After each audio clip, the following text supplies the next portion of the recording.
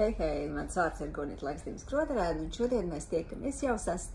rubrikas Darīt ir radīt, jeb nejaušība nav sērijā. Un šodien es vēlos parunāt par ieteikumiem. Pati savulaik, kad izgāju ar saviem stāstiem plašākos ūdeņos, es uzdrošinājos uzrunāt rakstnieces Moniku Zīli, kur tobrīd bija šķiet viena no ražīgākajām latviešu autorēm, un pajautāt viņai viedokli par saviem stāstiem. Liels bija mans pārsteigums, saņemot atbildi, turklāt sirsnīgu un mīļu ar ieteikumu nekad nejautāt viedokli pieredzējušiem kolēģiem, jo literatūrā valdot konkurence un man noēdīšot bez sāls.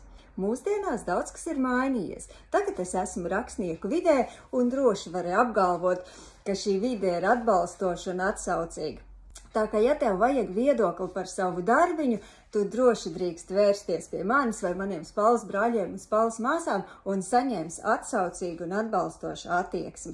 Turklāt, tad, kad tu vērsīsies pie izdevējiem, tad tu varēsi atsaukties jau uz kāda zināma rakstnieka vai rakstnieces viedokli par savu darbiņu. Man pašai tas savulaik palīdzēja uzrunāt Latvijas mēdījus, kad es varēju teikt, ka es esmu vērsusies pie viņu kādreizējās vadītājas un saņēmusi atzinīgus vārdus. Ja nejautās, atbild vienmēr būs nē.